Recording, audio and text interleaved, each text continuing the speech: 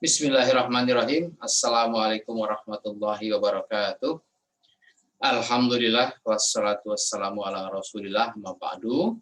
Saudaraku semua dimanapun Anda berada, kita berjumpa lagi di channel Soal PRW. Untuk sesi kali ini kita ngaji bareng PRW. Saudaraku semua, pada hari ini saya ingin mengkaji surat Al-Ikhlas, ya. Ya mungkin di antara kita pasti sudah hafal lah, sering baca ya surat Al-Ikhlas. Saudaraku semua, untuk sesi kali ini saya beri judul ya, ngaji surat Al-Ikhlas. Allah adalah satu dan ajar Allah adalah pemersatu. Pada kesempatan ini kita coba mendalami surat Al-Ikhlas dan kita mulai.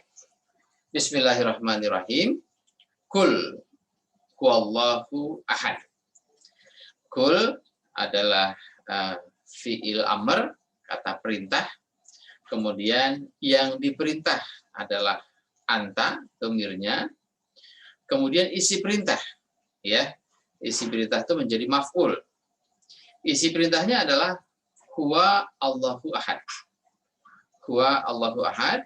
Nah, huwa-nya adalah pronoun atau kata ganti. Kemudian Allahu ahad adalah khobarnya. Kemudian di sini Allah memerintahkan kepada Nabi Muhammad waktu itu dan tentu kepada kita semua saat ini untuk menyampaikan atau untuk menyatakan atau untuk bersikap bahwa huwa Allahu ahad, atau karena huwa adalah kata ganti, maka bisa saja langsung menyebutkan personal name-nya, yaitu Allahu ahad. Kemudian Allahu somad, ya, Allahu somad. Allahnya adalah personal name-nya, kemudian as-somad adalah penjelasannya. Berikutnya adalah lam yalid wa lam yulad. Lam ini adalah huruf jazam, ya, yang menjazamkan fi'il setelahnya, dan dia berarti nafi, ya, artinya tidak. Ya, atau tidak akan, ya. Lam yalid, kemudian ada walam yulad, wa-nya atof, ya, sehingga kalimat pertama dan kalimat kedua saling berhubungan, ya, dan kalimat kedua mengikuti kalimat pertama. Lam yalid walam yulad. Lamnya adalah tadi huruf, ya, kemudian yalid adalah fi'il, fi'il di mana domirnya adalah pelakunya adalah huwa. Di sini huwanya kembali ke kata Allah, sama dengan walam yulad, ya. Cuma kalau yalid itu fi'il maklum atau fi'il aktif, ya. Kalau kita terjemahkan berawalan me. Kemudian kalau yulad adalah fi'il majhul atau fi'il pasif yang kalau diterjemahkan berawalan di. Kemudian ayat terakhir, walam yakun lahu kufuwan ahad. Lamnya juga sama tadi, wawunya ataf mengikuti kalimat sebelumnya. Kemudian yakun. Nah, ini biasanya ini dari kata kana yakunu, ya. Tapi karena ada lam yang menjadi huruf jazam sehingga yakun menjadi majzum, ya. Harusnya yakunu tapi dibaca yakun karena ada huruf lam. Nah, yakun di sini ada kufuwan ahadun, ya, kufuwan ahadun. Kufuwan ahadun, ahadunnya menjadi isim kana atau isim yakunu, kemudian kufuannya adalah khobar kana, ya, atau khobar yakunu. Jadi subjeknya di sini atau apa namanya pokok kalimatnya ahadun, ya ahadun kufuwan. Saudara semua, saya kembali ke ayat pertama. Jadi qul huwallahu ahad. Sebetulnya perintah yang pertama adalah qul huwallahu ahad. Perintah yang kedua adalah qul Allahu somad. Perintah yang ketiga adalah qul lam yalid walam yulad. Yang berikutnya qul walam yakul lahu kufuwan ahad. Jadi ada kalimat pernyataan yang memang harus dinyatakan dan ditegaskan, disikapi, ya. Saudara semua, kembali kepada ayat pertama. Biasanya kita menerjemahkan huwallahu ahad, Allah esa, Allah satu, ya.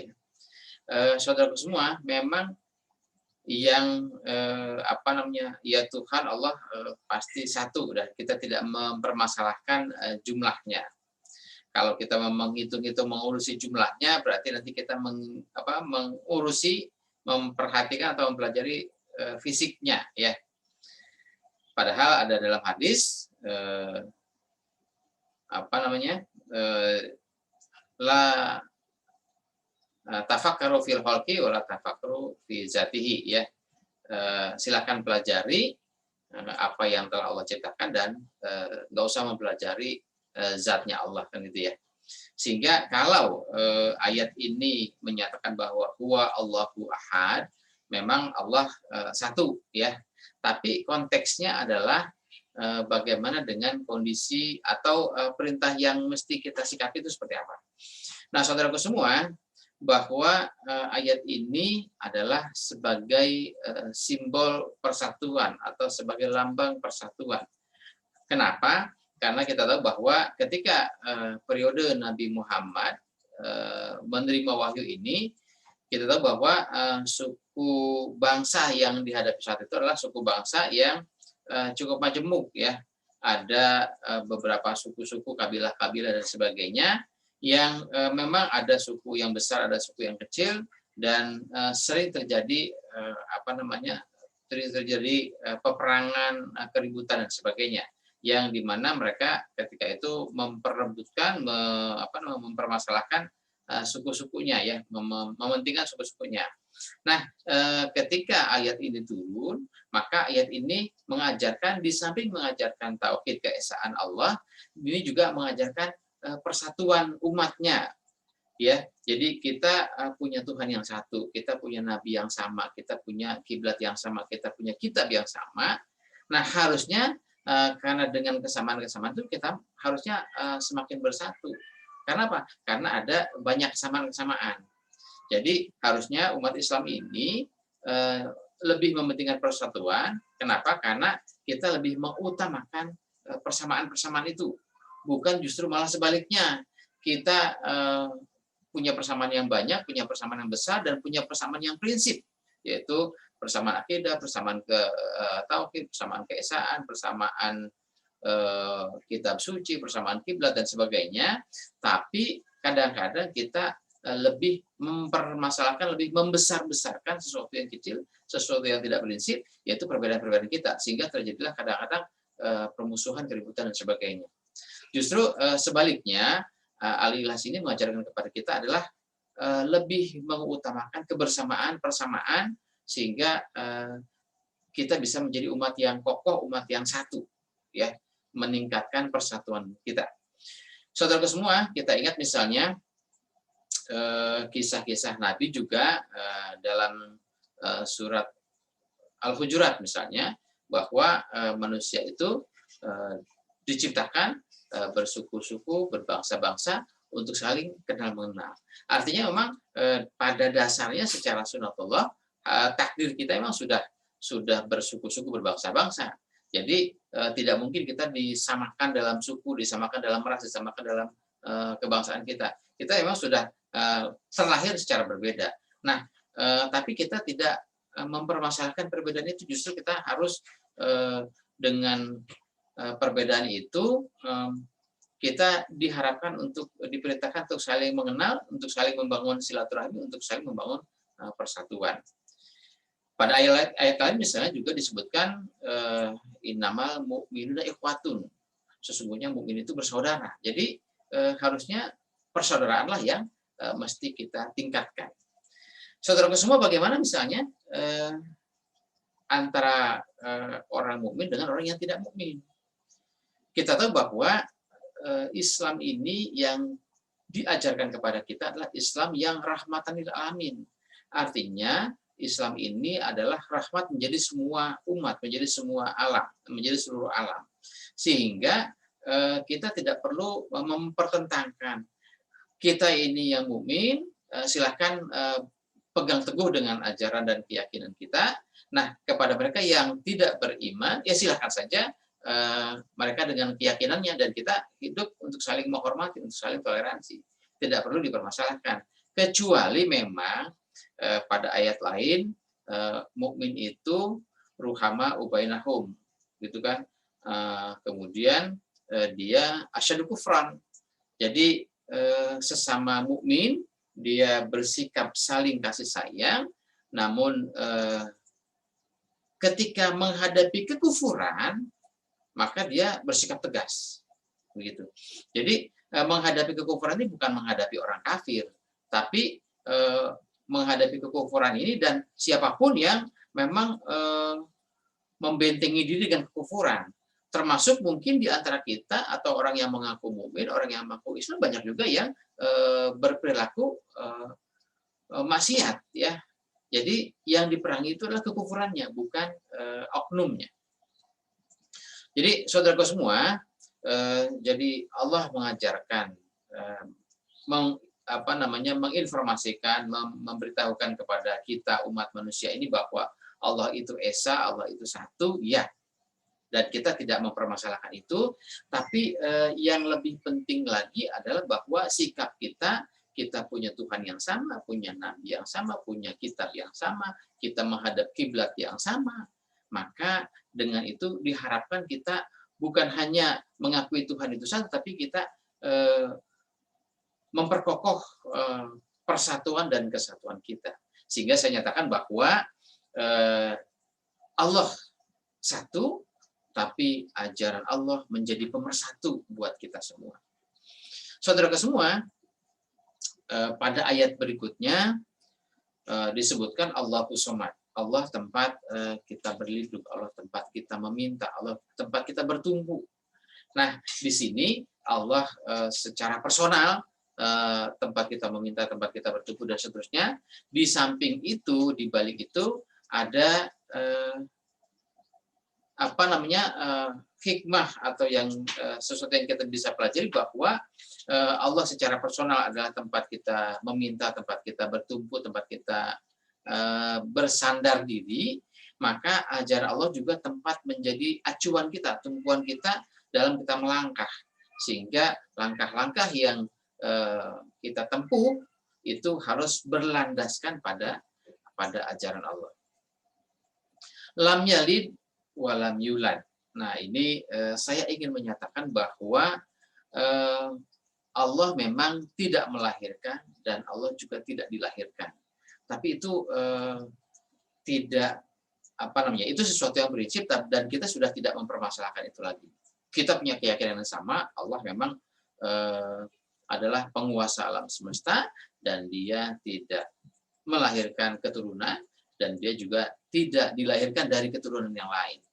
Nah, saudaraku semua, sesuatu yang ingin saya sampaikan di sini dari ayat ini adalah bahwa ketika kita membicarakan Allah secara personal, maka yang penting juga kita pahami adalah yang melekat pada nama Allah itu adalah bahwa ada ajaran Allah yang mesti kita pelajari, yang mesti kita pahami, dan itu menjadi perekat kita untuk menjaga persatuan. Nah, ajaran Allah ini juga adalah lam yalid walam yulad. Artinya ajaran Allah ini bukan hasil dari idealisme dan juga bukan hasil dari naturalisme. Nah, maksudnya apa antara idealisme dan naturalisme? Saudara semua, dalam dunia filsafat, dalam dunia ilmu pengetahuan, ilmu itu mereka menganggapnya ada dua, ada yang namanya idealisme, ada yang namanya naturalisme. Idealisme itu dari ide, dari pikiran, dari gagasan. Manusia itu punya akal pikiran, sehingga dengan akal pikiran itu manusia bisa berpikir, bisa merenung, selanjutnya nanti keluar gagasan. Ya, kemudian kalau dari naturalisme itu adalah dari natura, ya, dari alam, jadi pantulan alam. Jadi ada peristiwa alam, kemudian dari peristiwa alam itu dipelajari, direnungi, sehingga nanti melahirkan konsep, melahirkan ilmu.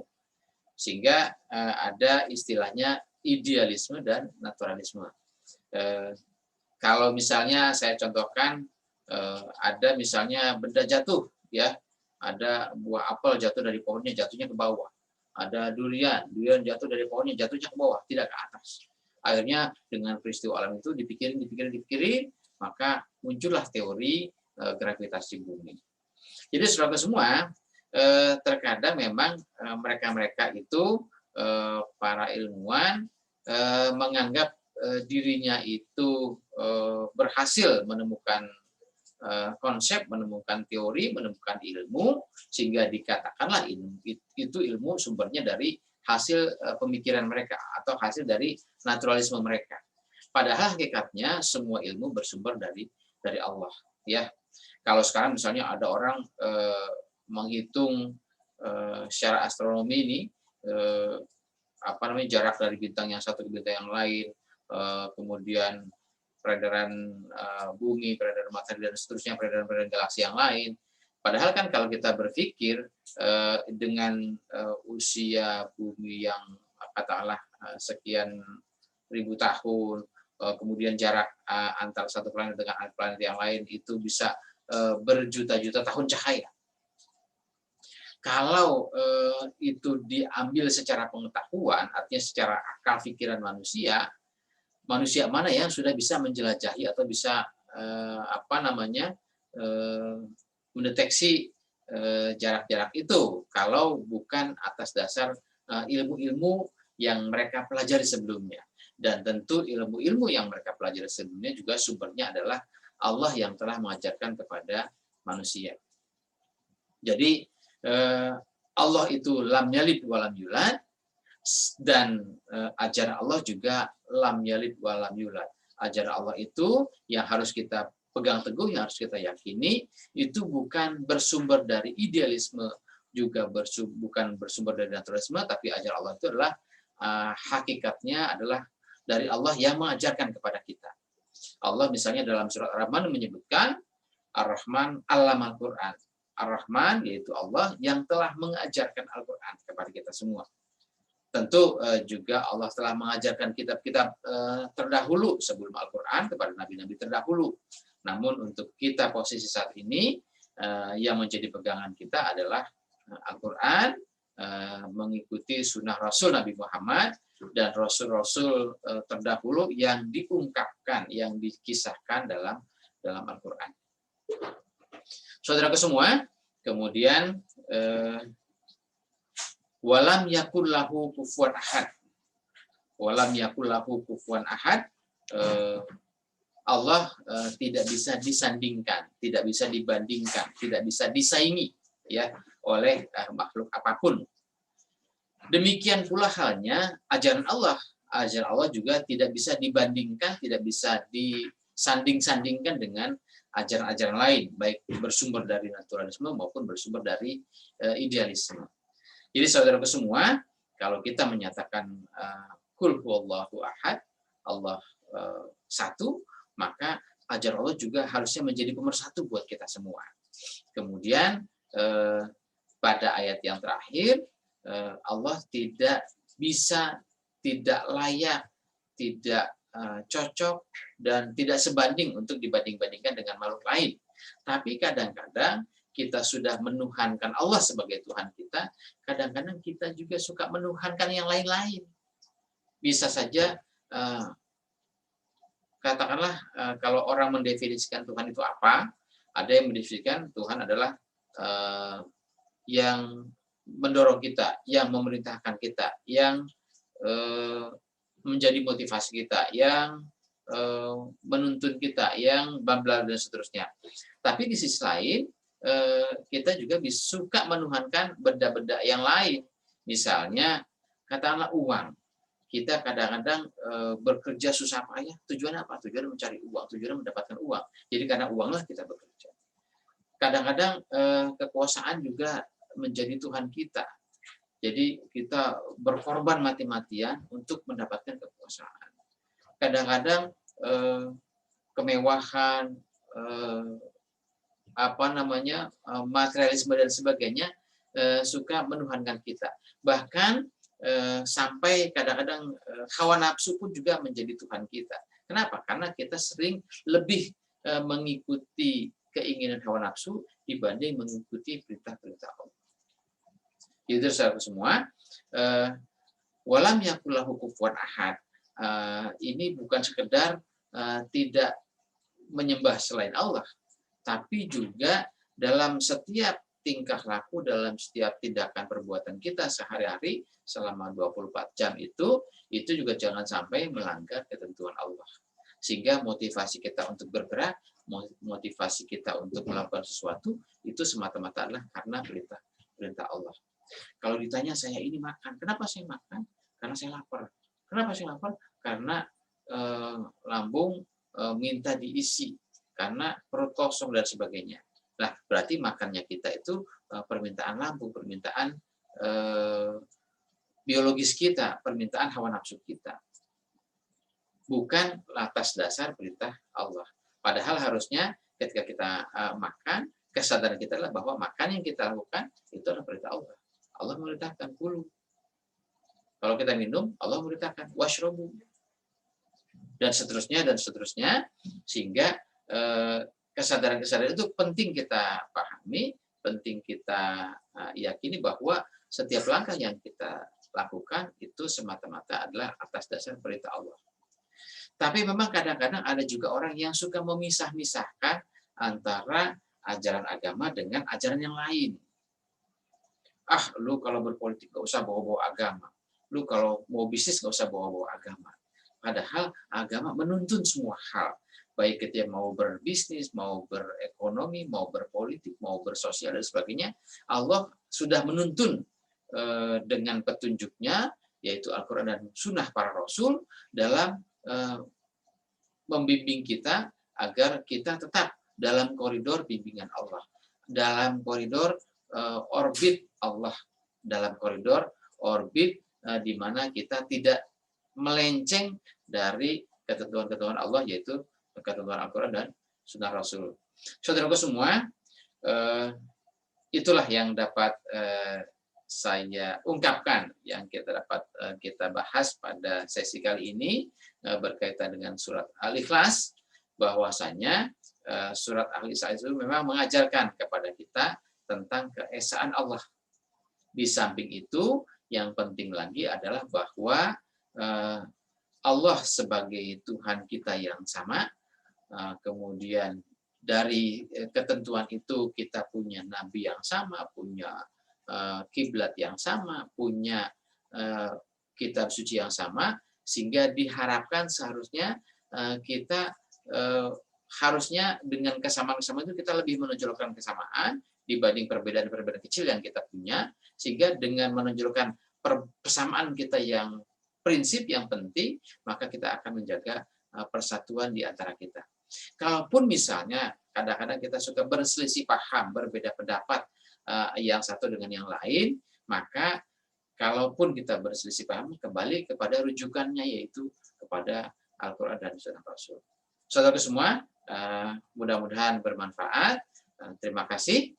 Semoga menjadi salah satu menambah wawasan dalam wacana kehidupan kita lebih baik lagi. Terima kasih. Wassalamualaikum warahmatullahi wabarakatuh.